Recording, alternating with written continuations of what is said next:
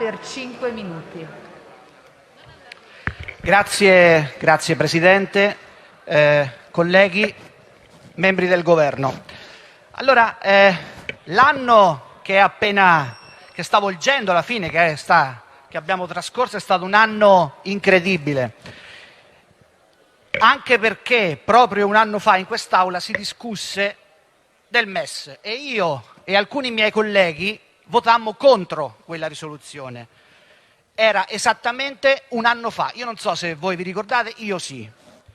Al netto dell'emergenza pandemica Covid-19, il tema MES è stato il più dibattuto in Italia in questo anno e si è parlato del MES in una maniera inimmaginabile. Probabilmente ne ha parlato più l'opinione pubblica che noi qui dentro in queste aule, e già questo dovrebbe farci riflettere. Ma, Presidente Conte, 2 elementi hanno reso questo dibattito davvero sgradevole.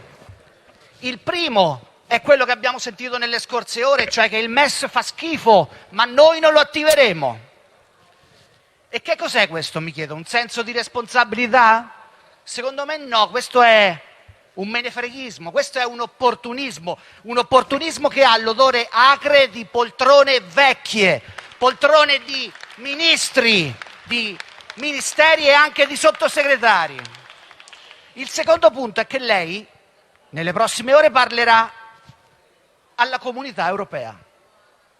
Allora mi chiedo, e le chiedo, e vi chiedo, ma di quale comunità stiamo parlando?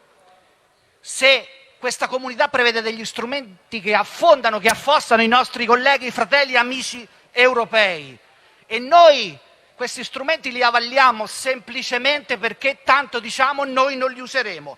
È questo il senso di comunità che lei vuole portare in Europa, Presidente Conte? Davvero dire questa cosa non ci piace, ma tanto noi non la vogliamo? È questa la posizione politica dell'Italia? Dalle vostre parole sembra quasi che l'Europa sia una specie di osteria, una grande osteria, che prepara piatti nauseabondi, ma che tanto noi non ordineremo mai.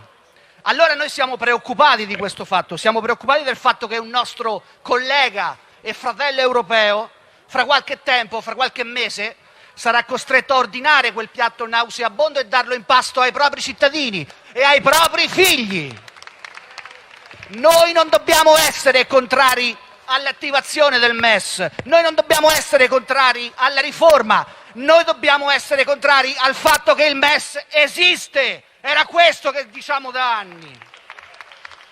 Abbiamo scoperto nei giorni scorsi che è possibile mettere dei veti nelle procedure europee, ma questi veti possono essere poi aggirati.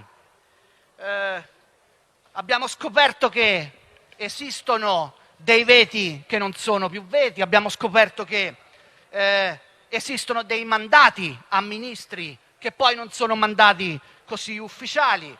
Abbiamo scoperto che esiste un MES che sta al di sopra di ogni giurisdizione. Allora mi chiedo, forse sono saltate completamente le regole democratiche in Europa e in Italia. Io chiudo questo mio brevissimo intervento semplicemente dicendo quello che sostanzialmente ho detto un anno fa. Diremo no al MES perché vogliamo dire no a quella austerità che non fa rima con comunità. E faccio un appello a tutti i miei colleghi senatori, semplicemente ricordando che oggi diventeremo nero su bianco nei libri di storia. Pensiamo a questo, signori colleghi, e faccio un appello a tutti i parlamentari, ex miei colleghi che oggi sono in maggioranza, e a tutti quelli che il 5 luglio 2015 volarono in Grecia per sostenere il no della Grecia alla Troika. Faccio un appello a tutti i miei ex colleghi, a tutti i colleghi, dicendo che quello che conta non è il punto di caduta, quello che conta è l'atterraggio, e noi abbiamo paura che voi ci state portando a sfracellarci a terra insieme a voi. Quel 5 luglio, in piazza Sintagma ad Atene, c'erano 2 big 5 Stelle.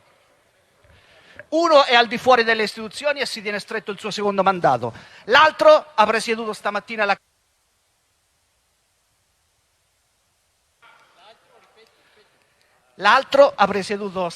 Camera dei Deputati anche con i voti del centrodestra. Questi due big in piazza Sintagma ad Atene dissero: se noi fossimo greci oggi voteremo no. Allora io vi dico e vi chiedo: dimostriamo di essere italiani e votiamo no. Grazie.